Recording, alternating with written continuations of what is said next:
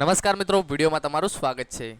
તો મિત્રો, હવામાન વિભાગની આગાહીના પગલે રાજ્યમાં અનેક જિલ્લામાં મેઘરાજાની ધમાકેદાર બેટિંગ થઈ રહી છે।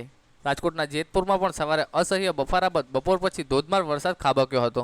વરસાદના પગલે નદી નાળા છલકાઈ ગયા હતા, તો રસ્તાઓ પર પાણી વહેતા થયા હોય તેવા દ્રશ્યો પણ સર્જાયા હતા।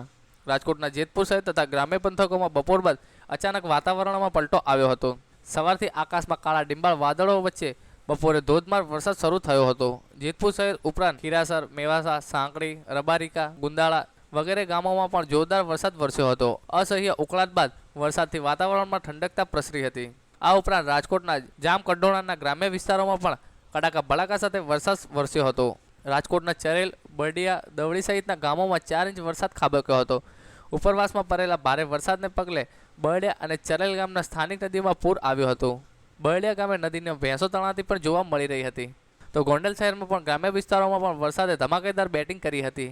એક શહેરમાં 1 કલાકમાં 2.5 ઇંચ જેટલો વરસાદ ખાબક્યો હતો, જેના કારણે શહેરના રસ્તાઓ પર પાણી ભરાઈ ગયા હતા। તો ગોંડલના ઉમરવાડ બ્રિજ પર પાણી ભરાઈ જવાના કારણે ત્યાં સ્કૂલ બસ પણ ફસાઈ ગઈ હતી। જો કે સદનસીબે સ્કૂલ બસમાં કોઈ વિદ્યાર્થી સવાર ન હતો, સાથે એક ટ્રેક્ટર પણ અંડરબ્રિજ પાસે ફસાઈ ગયું હતું। તો મિત્રો, તમારે ત્યાં કેવો વરસાદ વરસી રહ્યો છે તે નીચે કમેન્ટ બોક્સમાં જણાવી શકો છો। તો બસ મિત્રો, અમારા વિડીયો માટે બસ આટલું।